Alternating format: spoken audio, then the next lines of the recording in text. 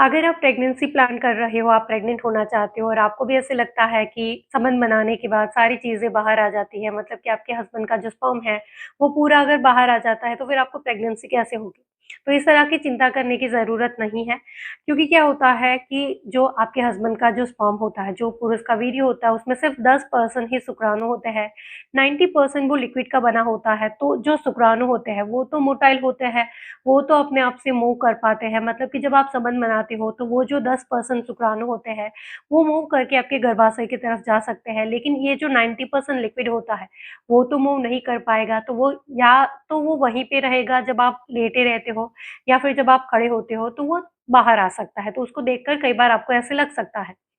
कई बार कुछ महिलाएँ ऐसा भी बताती हैं कि उनके फ्रेंड के साथ तो ऐसा नहीं होता है। तो देखिए क्या होता है कि कुछ पुरुष का वीर्य ज़्यादा होता है, कुछ पुरुष का कम होता है। तो अगर कम है तो फिर क्या चीज़ें बाहर आएगी? या फिर ऐसा भी हो सकता है कि जब आप फ़िज़िकल रिलेशन बनाते हो तो जो वुमन होती है उसकी भी वजाइनल सिक्रीशन होता है, उसके भी योनि मार्ग से कुछ लिक्विड रिलीज़ होता है। तो वो सारी चीज़ें मिक्स होकर के आपको ऐसे लग सकता है कि सारी चीज़ें बाहर आ गई है। लेकिन ये जो चीज़ें बाहर आ गई है उसका आपकी प्रेगनेंसी में कोई रोल ही नहीं है। जो 10% शुक्राणु हैं वो ऑलरेडी आपके गर्भाशय की तरफ जा चुके हैं। Thank you, bye-bye.